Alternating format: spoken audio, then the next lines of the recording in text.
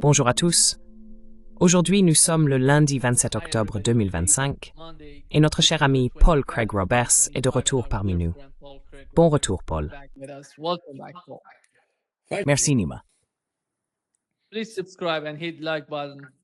Veuillez vous abonner et cliquer sur le bouton j'aime pour nous aider à toucher davantage de personnes. Et permettez-moi de commencer, Paul, par le nouveau missile que Poutine vient d'annoncer. Un missile de croisière à propulsion nucléaire. Il semble que la capacité de ce nouveau missile soit de pouvoir atteindre n'importe quelle cible sur la planète. Et voici la réaction de Donald Trump à ce sujet.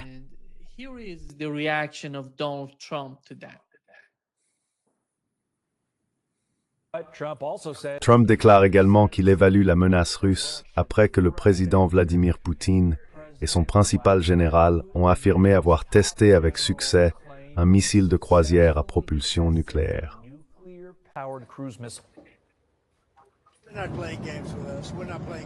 Ils ne jouent pas avec nous, et nous ne jouons pas avec eux non plus. Nous testons des missiles tout le temps. Je ne pense pas que ce soit approprié de la part de Poutine de dire cela d'ailleurs. Il devrait mettre fin à la guerre. Une guerre qui aurait dû durer une semaine en est maintenant à sa 4e année. C'est ce qu'il devrait faire au lieu de tester des missiles. Ancien de la CIA, ouais. Paul, le nouveau missile s'appelle Burevestnik. À quel point est-ce sérieux? Pourquoi la Russie a-t-elle besoin de faire cela? Il me semble que la Russie essaye d'envoyer, vous savez, tous les messages possibles à Washington pour dire que l'escalade en Ukraine est dangereuse. Ne suivez pas cette voie. Quelle est votre opinion sur ce qui se passe?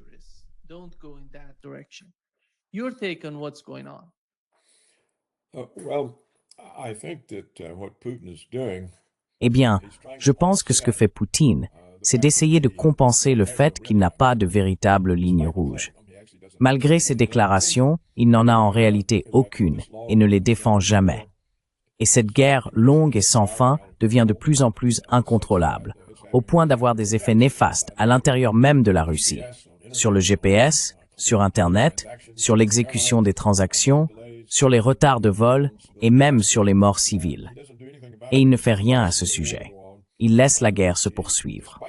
Malgré les sanctions que Poutine impose aux clients du pétrole russe, comme la Chine et l'Inde, il envoie Kirill Dmitriev à Washington pour négocier la paix, ce qui est inutile.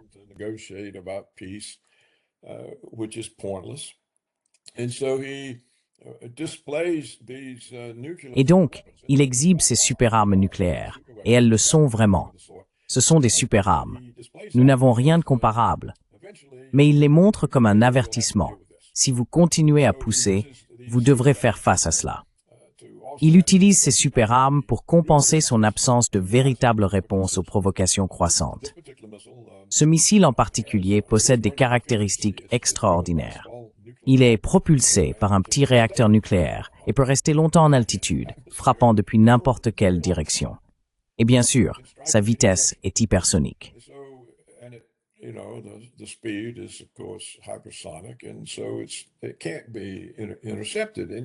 Et donc, il ne peut être intercepté par aucun système qui nous soit connu ou compréhensible. C'est une autre arme vraiment dangereuse contre laquelle nous ne pouvons pas nous défendre. Et il l'exhibe pour compenser son absence de réaction face au conflit. J'ai été très intéressé de voir que Trump a adopté ma terminologie. La guerre qui aurait dû être terminée en une semaine. Je le dis depuis des années, et c'est vrai.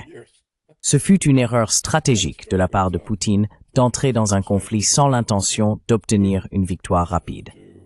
Et maintenant, comme le dit Trump, et comme je l'ai souligné, cela fait presque 4 ans.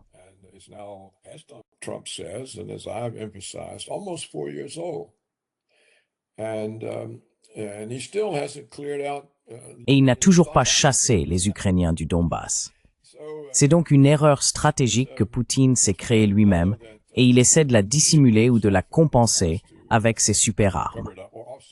Vous voyez, si sa crédibilité est ruinée, la crédibilité de Poutine n'existe pas vraiment, c'est parce qu'il n'a jamais réagi aux provocations. Il n'y a jamais répondu. Il déclare même qu'une attaque contre la flotte soviétique de bombardiers nucléaires n'est pas un acte de guerre, mais un acte de terrorisme. Et il n'y a pas si longtemps, il a dit que si des Tomahawks étaient utilisés pour nous attaquer, ce seraient des actes de terrorisme. Donc, en les qualifiant d'actes de terrorisme et non d'actes de guerre, il n'a pas à y répondre.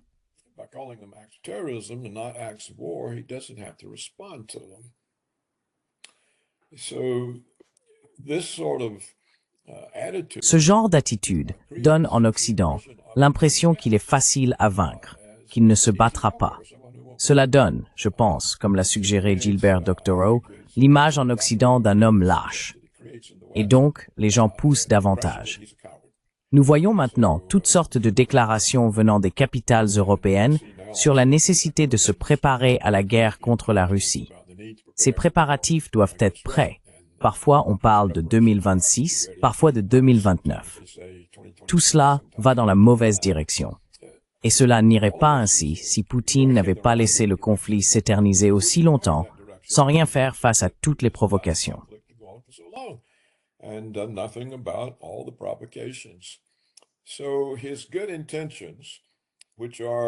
Ainsi, ses bonnes intentions, qui sont « ne soyons pas provocateurs, car cela pourrait nous précipiter vers la guerre », se retournent en réalité contre lui. Elles mènent à la guerre même qu'il veut éviter, parce que les gens ne le considèrent pas comme crédible. Et je ne pense pas qu'il croit qu'il utilisera un jour ces super-armes non plus. Il est clair que nous n'avons aucun équivalent aux armes nucléaires russes. Nous sommes impuissants. En réalité, le monde entier est impuissant face à elles. Mais Washington ne semble pas penser qu'il les utiliserait un jour. Voilà donc la situation malheureuse. Voilà la situation malheureuse. J'ai toujours pensé qu'à la fin, les provocations seraient si graves que la seule manière pour Poutine ou pour la Russie de se défendre serait par une riposte nucléaire. Et je regrette profondément qu'il ait laissé ce conflit durer aussi longtemps. Paul, I know that you made this point for many times. Je sais que tu as déjà fait valoir ce point à de nombreuses reprises au cours des 2 dernières années. Mais en ce qui concerne la Russie, il me semble que Poutine est très préoccupé par l'escalade, non pas à cause de l'escalade en elle-même, mais à cause des conséquences de ces escalades. Même en Ukraine, regarde l'Ukraine, la manière dont ils ont combattu là-bas, ils ne s'en sont pas pris aux civils, ils n'ont pas visé les infrastructures. À un certain moment, ils ont essayé d'éviter cela autant que possible. Mais pourquoi auraient-ils besoin d'escalader? Ils gagnent, les pertes sont faibles et leur économie se porte bien. Ce n'est pas vraiment un problème. Tu sais, les liens entre la Russie, la Chine, l'Inde et l'Iran se renforcent. Pourquoi auraient-ils besoin d'escalader? Parce que c'est une guerre d'usure, Paul.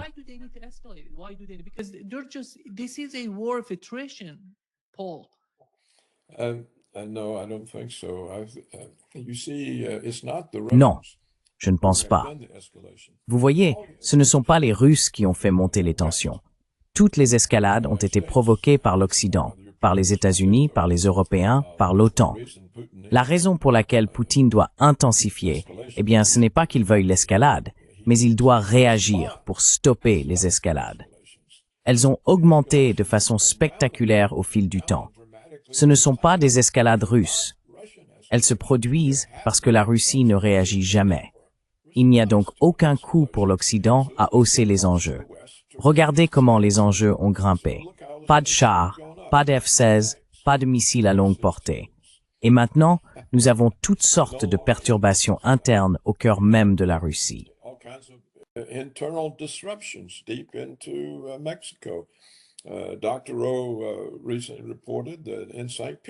Le Dr. Rowe a récemment signalé qu'à Saint-Pétersbourg, une très grande ville stratégique, le GPS cesse de fonctionner à cause des frappes de drones.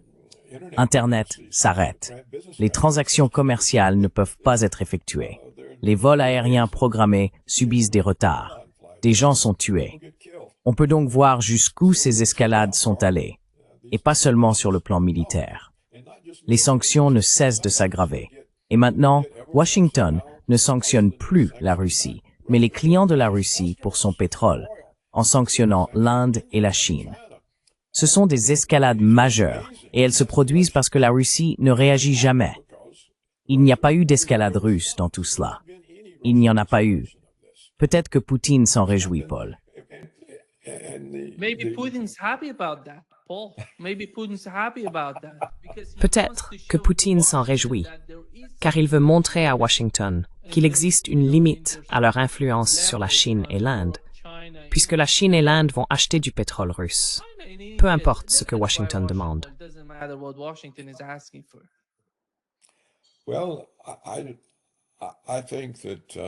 Eh bien, je pense que la Chine n'y prêtera aucune attention, car elle dispose d'un levier bien plus important sur les États-Unis que les États-Unis n'en ont sur elle. Par exemple, si elle coupait complètement l'exportation des terres rares, l'industrie américaine s'arrêterait. Beaucoup de nos grandes entreprises comme Apple sont installées en Chine. Elles pourraient facilement être nationalisées. Donc, l'idée que les États-Unis aient un quelconque levier sur la Chine est fausse. C'est la Chine qui détient tout le levier, et elle a été très prudente de ne pas s'en servir.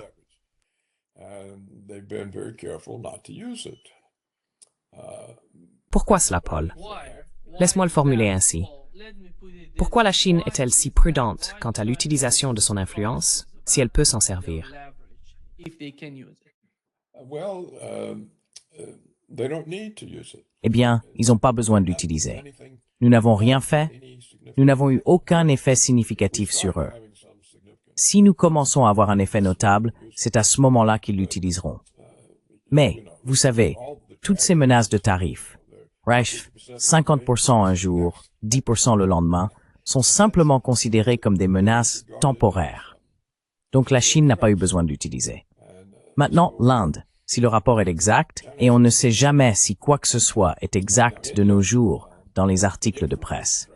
Le principal importateur de pétrole a déclaré qu'il allait réduire ses achats de pétrole russe. Vous savez, la Chine obtient la majeure partie de son pétrole russe par l'oléoduc. China gets most of its Russian oil from the pipeline. But for India, it comes by sea, so Mais pour l'Inde, cela arrive par la mer. Donc, si nous le voulions, nous pourrions commencer à l'intercepter. Vous voyez? Nous pourrions commencer à capturer les pétroliers. Et vous ne savez pas combien de pots de vin Washington verse aux Indiens pour qu'ils fassent ce que Washington veut. Si vous êtes à la tête du commerce d'importation de pétrole et que Washington vous propose 500 millions ou 1 milliard ou 5 milliards ou 50 milliards, personnellement, pour ne pas importer de pétrole russe, vous pourriez accepter ce pot de vin. Cela a beaucoup à voir avec votre capacité à survivre dans la vie. Donc, nous ne pouvons pas savoir si des pots de vin sont versés. Voilà ma réponse à cela. that's my answer to it. Paul, don't you think it's time to Paul, ne penses-tu pas qu'il est temps de remodeler notre vision de ce qui se passe entre l'Occident et l'Orient? Parce que tu as dit que la Chine n'a pas besoin d'utiliser son influence contre les États-Unis. Mais regarde ce qui se passe à Taïwan. Ils fournissent des armes à Taïwan. Alors, quelle est la ligne rouge pour la Chine dans ce cas? If that's the case. Eh bien, Taïwan est un tout petit endroit. But what Mais pourquoi n'utilisent-ils pas leur influence pour empêcher cela, pour éviter que les États-Unis ne fournissent des armes à Taïwan? why weapons to Taiwan? Well, I think that China is more Eh bien, je pense que la Chine a plus ou moins pris le contrôle de Taïwan sur le plan économique. Je pense que les interrelations économiques existent déjà. Alors pourquoi en faire un problème? the Chinese. Vous savez, les Chinois, historiquement, du moins dans leur mentalité, estiment qu'une guerre directe ne devrait pas être nécessaire. On devrait pouvoir vaincre sans y recourir. Et c'est peut-être leur stratégie. Je ne pense pas que la Chine fasse face à une menace militaire venant de Taïwan. Je veux dire, un seul missile nucléaire chinois et Taïwan disparaît. Maintenant, si nous commençons à placer des missiles nucléaires à Taïwan, alors je pense que vous verrez une réaction militaire très nette. Mais vous savez, que signifient vraiment les types d'armes conventionnelles que nous envoyons? Ce que nous faisons en réalité, c'est enrichir les fabricants d'armes et les États. Et cela devient de plus en plus important si nous mettons fin au conflit en Ukraine avant de nous lancer contre l'Iran. Donc je n'y accorde pas de crédit. Je ne pense pas que la Chine voit quoi que ce soit à Taïwan comme une menace pour elle, à part les missiles nucléaires américains. Anything in Taiwan is a threat to them other than American nuclear missiles. In my opinion, Paul, what's going on with China, À mon avis, Paul, Russia, they're ce qui se passe avec la Chine, l'Iran et la Russie, change c'est qu'ils essaient de changer les règles du jeu. They're not Ils ne jouent pas aux dames. they're not Ils ne jouent pas au poker avec les États-Unis. Ils jouent aux échecs, selon moi. C'est pourquoi, tu sais, regarde ce qui s'est passé entre Israël et l'Iran. L'Iran n'a pas foncé. Il savait, d'après les rapports publiés la semaine dernière, qu'il connaissait tout des frappes contre Israël. Il savait que s'il continuait de cette manière, en frappant Israël, cela pourrait sérieusement, très sérieusement, mettre Israël à genoux. Mais ils ont décidé de ne pas aller dans cette direction.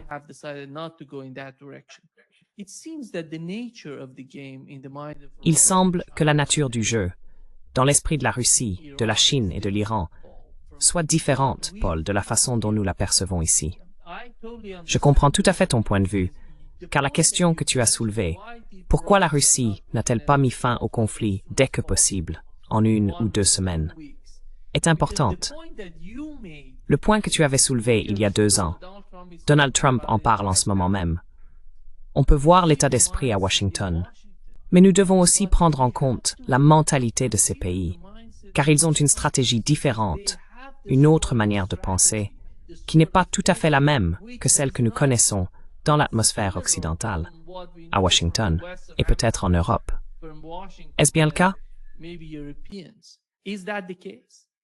Well, Nima, I think that you're right. Eh bien, Nima, je pense que tu as raison dans le sens où cette stratégie est en train de se développer. Mais elle n'existait pas au départ, autant que je sache. Au début, je pense que ce que faisait Poutine, c'était d'essayer de ne pas soutenir par une action militaire décisive la propagande selon laquelle il allait reconstruire l'Empire soviétique et que l'Ukraine n'était que la première étape vers l'absorption de toute l'Europe. C'était la propagande. Donc je pense qu'il a dit à son peuple, nous ne voulons pas donner de crédit à cette idée selon laquelle nous cherchons à reconstruire l'Empire soviétique et à reprendre l'Europe de l'Est et peut-être aussi l'Europe de l'Ouest, parce que cela pourrait en réalité transformer ce conflit en quelque chose de très vaste que nous ne voulons pas. Turn this conflict into something very big that we don't want. So all we are doing is stopping them from Donc, tout ce que nous faisons, c'est les empêcher de massacrer la population russe du Donbass, et nous allons les en expulser.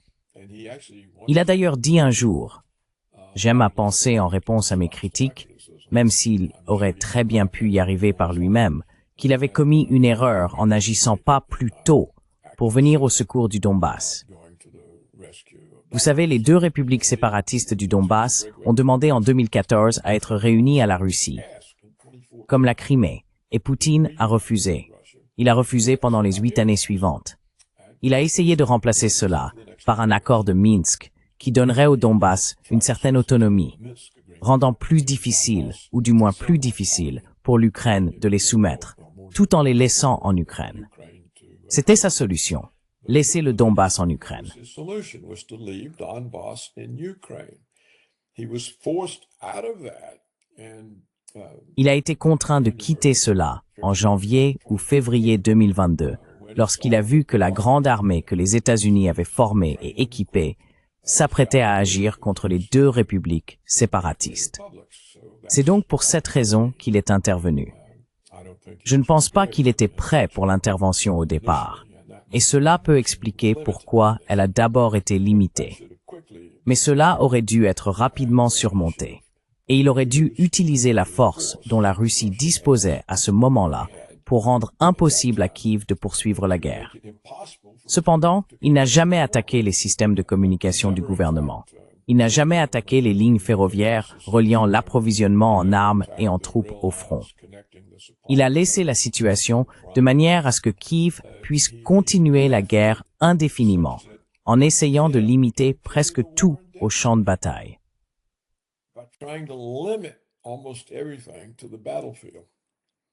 So this type of mistake, I think, Donc, ce type d'erreur, je pense que c'était une erreur stratégique. Et la situation actuelle est telle que l'Occident, il n'a plus aucune crédibilité auprès de l'Occident. La prochaine provocation ira trop loin et il pourrait faire quelque chose. Et donc, les choses ne cessent d'empirer. Vous savez, quand les missiles allemands commenceront à frapper Moscou, ce sera peut-être le moment où l'on aura dépassé les limites. Je ne pense pas que la politique que vous avez identifiée se forme assez rapidement entre la Russie, la Chine, l'Iran et l'Inde, si l'Inde doit en faire partie. Cela ne se met pas en place assez vite pour réussir à bloquer la crise à venir. Nous en avons parlé à de nombreuses reprises. Si la Russie, l'Iran et la Chine annonçaient un traité de défense mutuelle, tout cela s'arrêterait, car ce serait le bloc militaire le plus puissant que l'on puisse imaginer.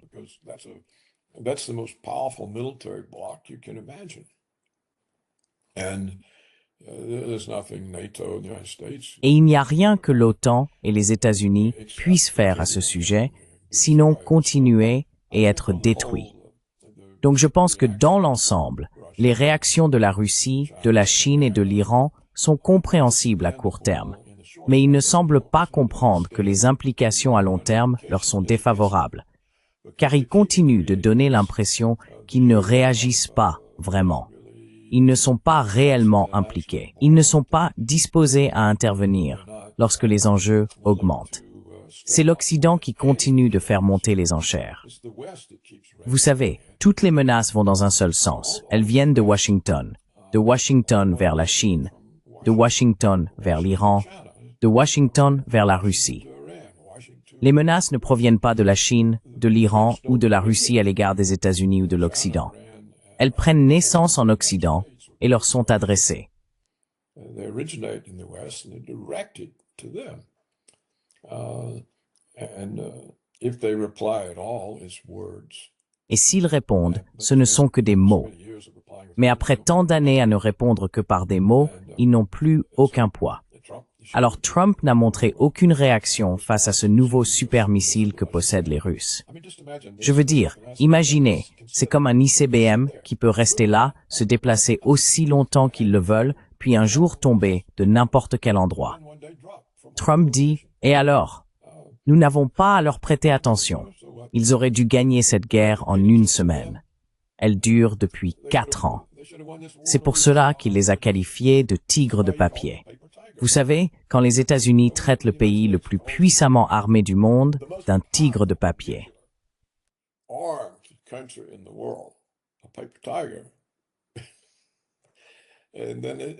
Et ensuite, cela montre que nous n'avons pas peur d'eux. Nous ne pensons pas qu'ils soient efficaces sur le plan militaire. Et c'est ce que Poutine a créé avec cette guerre de 4 ans. C'est pourquoi je l'appelle une erreur stratégique. Parce que si la guerre s'était terminée rapidement, l'Occident ne se serait jamais impliqué. Il n'y aurait pas eu le temps. C'était mon point principal dès le premier jour. La guerre doit se terminer avant que l'Occident ne s'implique à un point tel que la situation devienne incontrôlable. Et elle est vraiment devenue incontrôlable. C'est juste que Poutine refuse de le reconnaître. Il dit simplement que les attaques contre la force de bombardement stratégique russe ne sont pas des actes de guerre.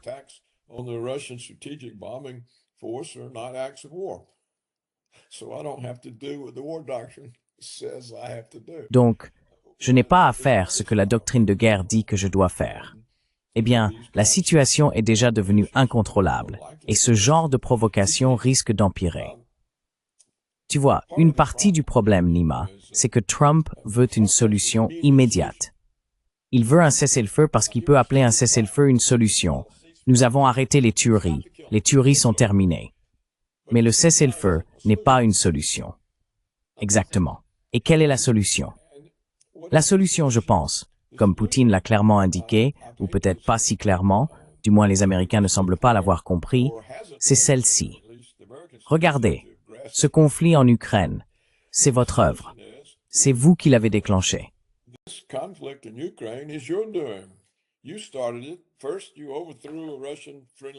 D'abord, vous avez renversé un gouvernement favorable à la Russie.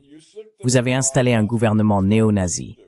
Vous avez formé une armée et l'avez envoyée dans le Donbass. Que vouliez-vous que nous fassions? Nous avons dû intervenir. Le problème, c'est l'hostilité de l'Occident envers la Russie. Vous êtes hostile envers nous. Regardez ce que vous avez fait. Vous avez placé l'OTAN à nos frontières. Puis, vous avez installé des bases de missiles américaines en Pologne et en Roumanie. Ces missiles peuvent transporter des ogives conventionnelles ou nucléaires. Nous ne savons pas lesquels vous y avez placés. La cause profonde, c'est la menace que vous faites peser sur notre sécurité. Vous devez cesser de représenter cette menace.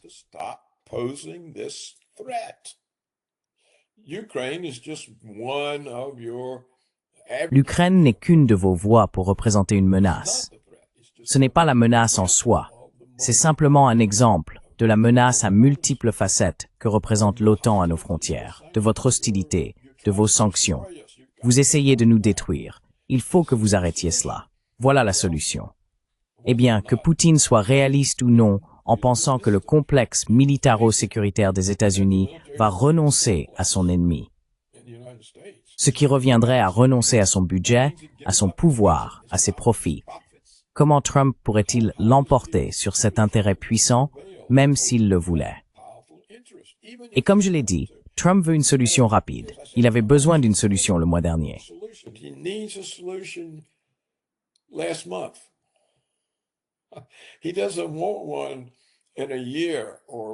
Il ne veut pas d'un processus qui dure 1 an ou plus, après que tout le monde aura trouvé comment normaliser les relations et éloigner l'Occident de la frontière de l'Ukraine. Comment le gouvernement américain peut-il retirer les bases de missiles américaines de Pologne et de Roumanie? Comment faire sortir les pays frontaliers de la Russie de l'OTAN? C'est un processus long et complexe. Trump n'a pas le temps pour ça. Cela ne l'intéresse pas. Ce n'est en rien dans son intérêt. Il veut un cessez-le-feu. Et même si à Anchorage, il semblait que Poutine l'avait convaincu que c'était un processus plus long, il a très vite changé d'avis. Et maintenant, il dit que si Poutine ne le fait pas, pourquoi cela s'est-il produit?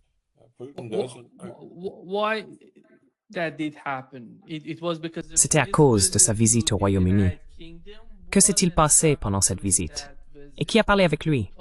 Les prophètes.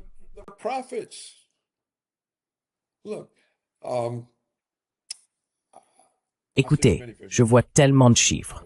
Je ne m'en souviens pas toujours. Ils se mélangent. Mais d'après ce que je comprends, avec l'augmentation de 5% des dépenses de défense qu'il a obtenues de l'UMMR, cela se traduit, sur la période concernée, par plusieurs milliers de milliards de dollars d'achats d'armes aux États-Unis. Plusieurs milliers de milliards, je crois. Eh bien, les commissions là-dessus se chiffrent en milliards. Des milliards de commissions. Elles vont aux politiciens, aux décideurs. C'est une fortune. La paix? Que se passe-t-il alors? Je ne touche pas mes 500 millions, ou mon milliard, ou mes plusieurs milliards, ou peu importe. Je veux dire, regardez simplement tout l'argent que nous avons injecté en Ukraine. Il a disparu.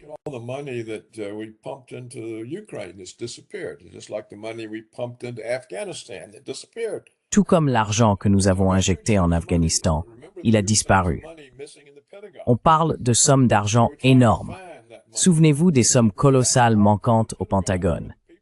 Ils essayaient de retrouver cet argent. Et c'est justement la partie du Pentagone, là où se trouvaient les personnes et les preuves, qui a été détruite par le missile qui a frappé le bâtiment, celui qu'ils ont prétendu être un avion. Donc il s'agit d'une somme d'argent considérable. Et c'est important pour eux. C'est plus important pour eux que la perspective d'une guerre. Alors les forces lui ont simplement dit, et je suis sûr qu'elles travaillent aussi avec Trump, qu'il a besoin de paix maintenant, pas dans 1 an ou 2. Il n'a pas la patience pour ça. Il lui faut la paix maintenant.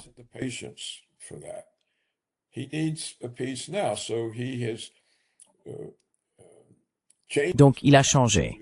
Il est revenu à un cessez-le-feu et il dit « Je vais vous forcer à le faire parce que maintenant, j'impose des sanctions à vos clients et vous ne vendrez plus votre pétrole. » Maintenant, le seul vrai problème que je vois que cela cause à la Russie, c'est que la femme à la tête de la Banque centrale, que Poutine tolère, pour des raisons que j'ignore, est en train d'étrangler l'économie.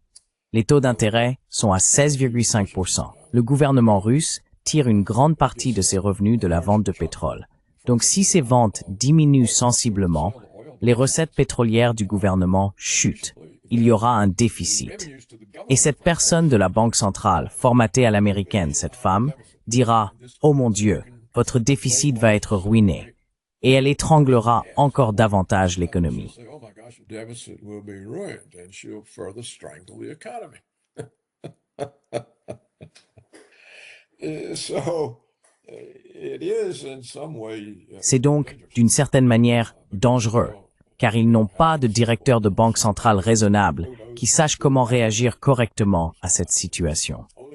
Seulement la mauvaise manière, celle qui fera en réalité fonctionner les sanctions américaines. Elles fonctionneront à cause d'elles. Quoi qu'il en soit, je pense que nous arrivons à un point, à moins que les gens en Russie, en ce moment, ne se moquent du Dr. Rowe et ne lui racontent des histoires étranges, où il y a un changement d'opinion à propos de cette guerre. Non pas qu'ils veuillent se rendre ou simplement l'arrêter, ils veulent la gagner. Maintenant, combien de ces personnes? Je ne sais pas. Mais le Dr. Rowe en désigne deux importantes, et l'une d'elles était le vice-ministre des Affaires étrangères, que tout le monde s'attend à voir succéder à Lavrov. Il a dit que la diplomatie avait prouvé son échec. He said diplomacy has proven to fail. Now we have to destroy Ukraine. Maintenant, nous devons détruire l'Ukraine.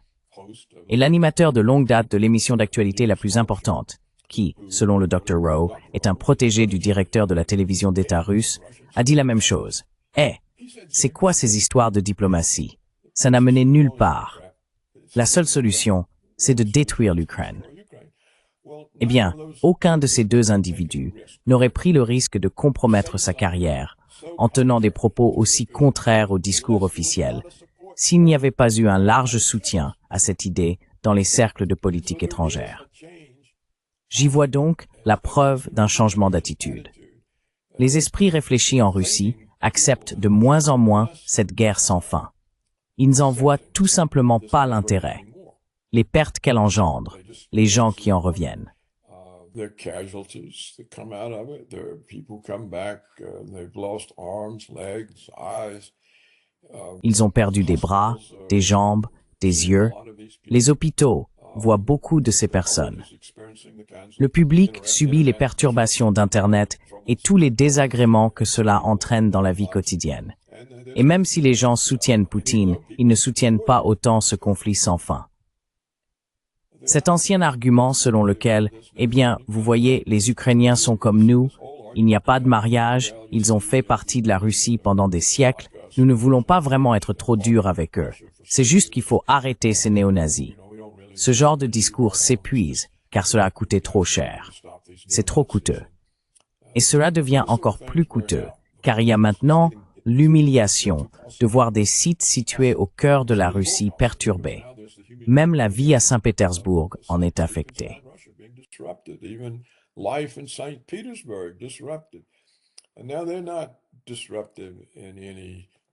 Et maintenant, ils ne sont pas perturbateurs de manière majeure, mais c'est un changement par rapport à une situation sans perturbation. Donc je pense qu'il y a une pression sur Poutine. Et j'ai vu encore, je crois que c'était ce matin, Lavrov a dit « Écoutez, cela ne peut pas se régler rapidement. Nous parlons des causes profondes. C'est un processus long et complexe. Donc si quelqu'un dans le régime Trump écoute, il leur dit « Vos mesures à court terme ne vont rien changer, car c'est un problème à long terme. Et toutes vos mesures à court terme ne font que vous empêcher de traiter le problème sur le long terme. Plus vous tardez à le traiter, plus cela dure. » Donc, je ne pense pas qu'il y ait la moindre chance que Poutine cède à ses pressions et à ses sanctions visant ses clients pétroliers.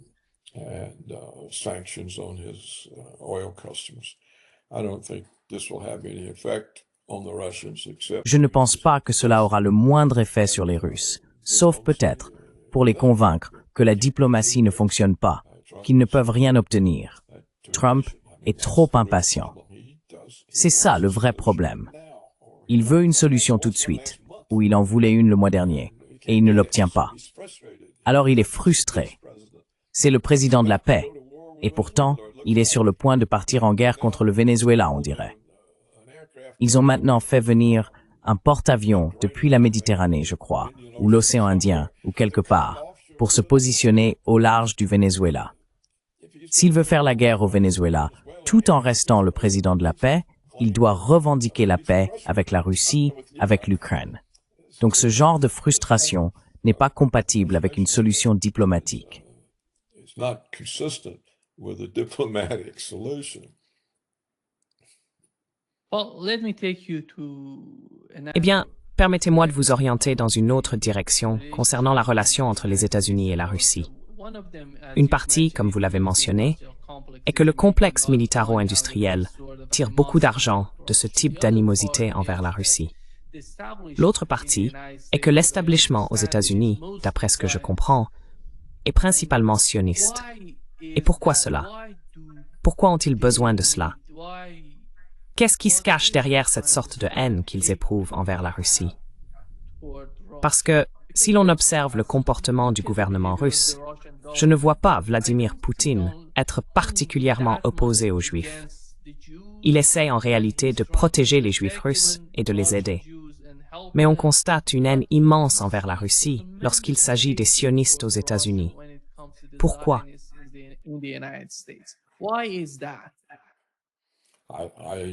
I couldn't say I know. This would Je ne saurais le dire. Je pense que cela nécessiterait quelqu'un qui a vraiment étudié tout cela.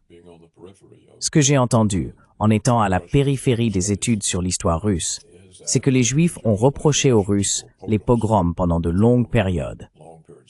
Et ils peuvent être mécontents parce que Staline a purgé les bolcheviks, qui étaient presque entièrement juifs. Vous savez, les procès de purge des années 1930, les procès de purge de Staline, ont abouti à l'exécution des bolcheviks qui avaient dirigé la révolution, dont presque tous étaient juifs. Donc cela peut avoir un rapport avec cela. Je ne sais tout simplement pas. Mais vous voyez, je pense que c'est politique, ou l'attitude des Juifs dont vous parlez à l'égard de la Russie. Beaucoup de gens disent qu'ils ont la même attitude envers les États-Unis. a lot of people say they have the same attitude toward the United States, and that Ce que je sais, c'est que des intellectuels de gauche américains traditionnels, des personnes réellement intelligentes et ayant accompli un travail intellectuel sérieux et responsable au cours de leur vie, m'ont dit que les néoconservateurs sionistes détestent les Américains, les détestent vraiment, et que leur expérience avec eux est effrayante. Maintenant, je ne sais pas, je n'ai pas eu cette expérience.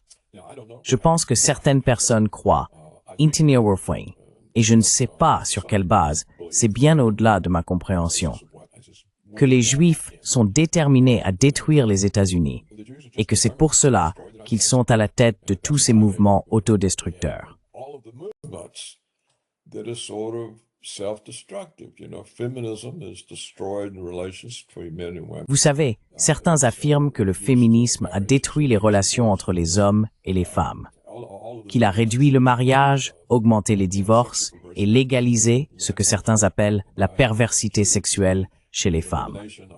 Selon ces mêmes affirmations, ce mouvement aurait été largement mené par des Juifs.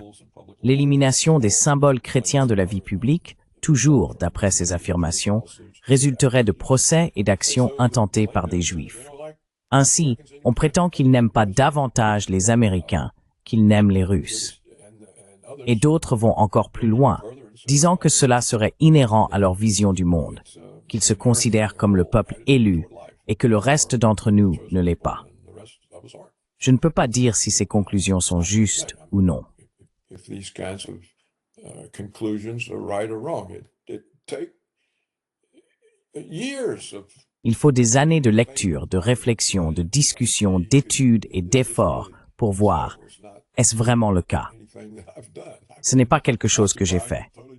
Je me suis occupé de problèmes d'un tout autre ordre, donc je ne peux pas vraiment me prononcer là-dessus. Je peux seulement dire que ce sont des choses auxquelles un nombre important de personnes croient. Et je m'y heurte. Par exemple, si je dis quelque chose de critique à propos d'Israël et de Gaza, je reçois des courriels disant « pourquoi êtes-vous si indulgent avec eux? Quoi que je dise, la Ligue anti-diffamation dira « c'est un antisémite ». Mais les lecteurs, eux, diront « pourquoi les couvrez-vous? Pourquoi ne racontez-vous pas toute l'histoire ?» Eh bien, je ne sais pas ce qu'ils entendent par toute l'histoire. Well, I don't know what they mean by the whole story. I mean, but Je veux dire, on peut voir qu'il y a des gens qui se sentent très menacés par les Juifs et qui leur sont très hostiles. Et ils me sont hostiles parce qu'ils pensent que je ne vais pas assez loin dans mes critiques. Je formule rarement des critiques moi-même. En général, je publie un Israélien qui les critique. Mais cela est pris comme une preuve que je suis antisémite. Si je reproduis simplement un article d'un journal israélien comme Haaretz qui critique la politique de Netanyahou, je me fais attaquer comme antisémite. Je dis, eh bien regardez, ce sont les Israéliens qui le disent, pas moi. Donc c'est à peu près la limite de ce que je fais, même si je reconnais que ce qui se passe est un génocide. though I do recognize that what's going on is a genocide. It is. It's a genocide. And Americans should be ashamed. C'est le cas. Their money is. C'est un génocide. And their Et les Américains devraient avoir honte que leur argent le rende possible et que leur protection diplomatique d'Israël le rende possible. C'est toujours le veto américain à l'ONU qui empêche les résolutions d'avancer contre Israël. Je trouve ça honteux. Je veux dire, pourquoi devrions-nous permettre un génocide? Ce n'est tout simplement pas, ce n'est pas acceptable. Et pourtant, beaucoup d'Américains s'en accommodent ou ne se sentent pas troublés par cela. D'autres sont indignés et disent que cela finira par se retourner contre nous, que nous serons les prochains. Donc on peut voir que tout cela existe, que ce soit reconnu ou non, qu'il y ait beaucoup de débats ou d'attention publique ou non. Tout est là, et on ne peut pas dire quel effet cela aura finalement. Je ne sais pas. It's all out there. And you can't tell what effect eventually it has. I don't know. But what I do think Mais ce sur quoi je pense avoir eu raison, c'est qu'il aurait dû être clair pour Poutine que l'Occident en a après la Russie. after Russia Cela doit être évident. has to be clear. Il y a l'OTAN à la frontière, Missile bases. des bases de missiles américaines dans 2 pays, et il semble qu'il y en aura dans d'autres. Les Américains ont renversé le gouvernement pro-russe en Ukraine. In Ukraine. Les Américains n'ont rien fait contre les éléments néo-nazis qui se sont impliqués. Les Américains, avec les Européens, ont trompé Poutine au sujet de l'accord de Minsk pendant 8 ans. Une armée a été constituée et elle était sur le point d'être lancée contre le Donbass. Et avec tout cela, on pourrait penser que Poutine comprendrait que nous sommes après lui, que nous sommes après la Russie. Vous savez, nous avons déjà eu le précédent en Géorgie, quand nous les avons lancés contre l'Ossétie du Sud. Thing in Georgia when we sicked them on south of Cessna. Well, and we continue to try to have a color Eh bien, revolution in Georgia. nous continuons d'essayer de provoquer une révolution de couleur en Géorgie. Vous savez, le Premier ministre de Géorgie, le mois dernier encore, a dit qu'ils avaient essayé à nouveau. L'Occident a encore tenté de placer ces hommes à la place de ceux que les Géorgiens avaient élus. On pourrait donc penser qu'ils diraient « Hé, regardez, ils sont contre nous. J'ai dû intervenir. Mais si je laisse la situation durer trop longtemps, ils vont s'impliquer davantage, et alors ce ne sera plus sous mon contrôle. Je dois en finir rapidement. Ils m'y ont forcé. Je ne peux pas rester ici 4 ans pendant qu'ils laissent tout partir à la dérive. Je dois gagner vite. Et c'est là l'échec. Un échec de jugement. That is a failure of judgment.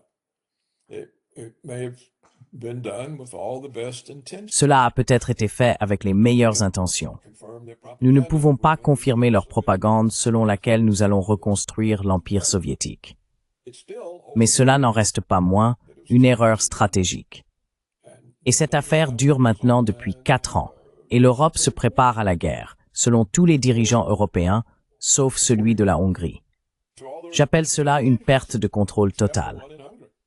Il y a des frappes en profondeur de drones à l'intérieur de la Russie.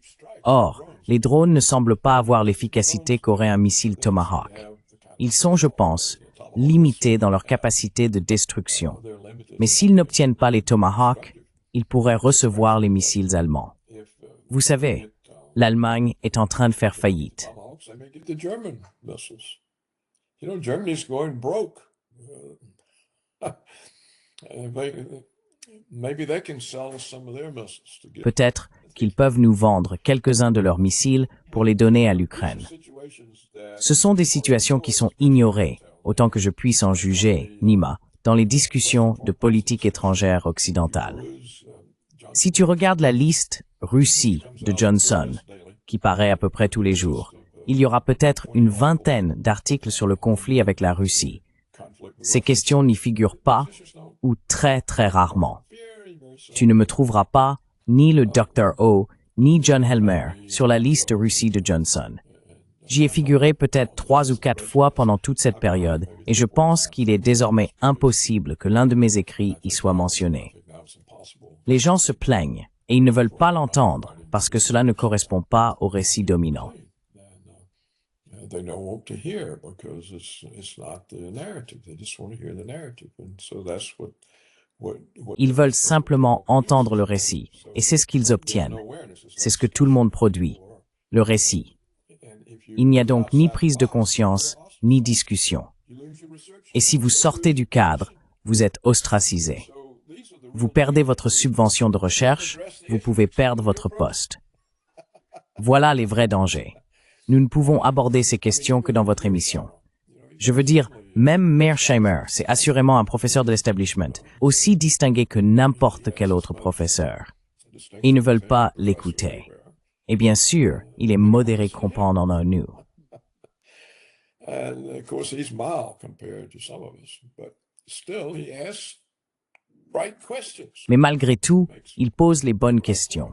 Il avance les bons arguments, mais la réponse est pitoyable. Donc je pense qu'il faut faire des efforts pour donner la parole à des voix alternatives.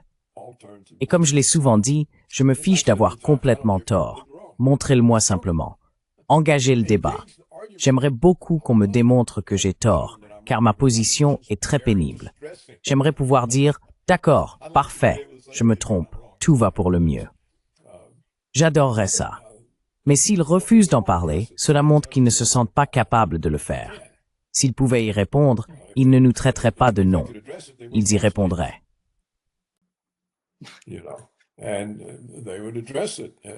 C'est regrettable, oui. Oui, c'est très regrettable.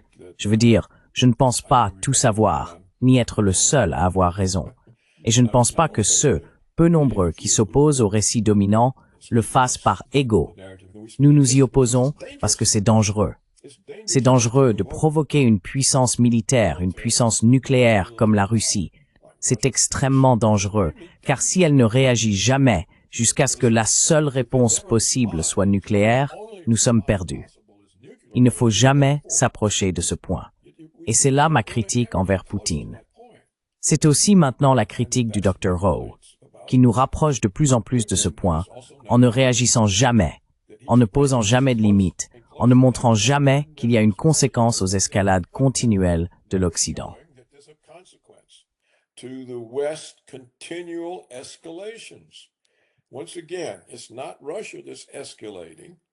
Encore une fois, ce n'est pas la Russie qui intensifie les tensions.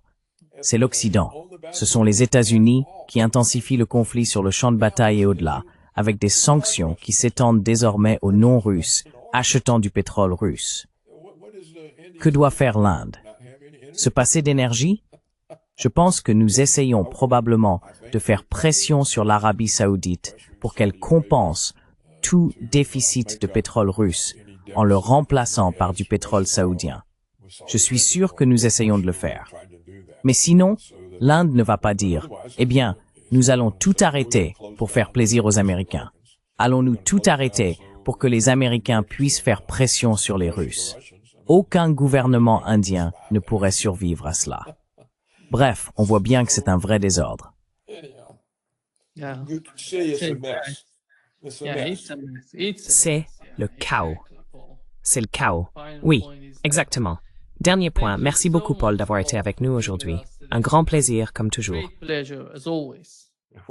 Eh bien, merci, Nima, pour toutes vos questions et pour la réflexion que vous suscitez. Merci beaucoup. Thank you very much. Thank you. Merci.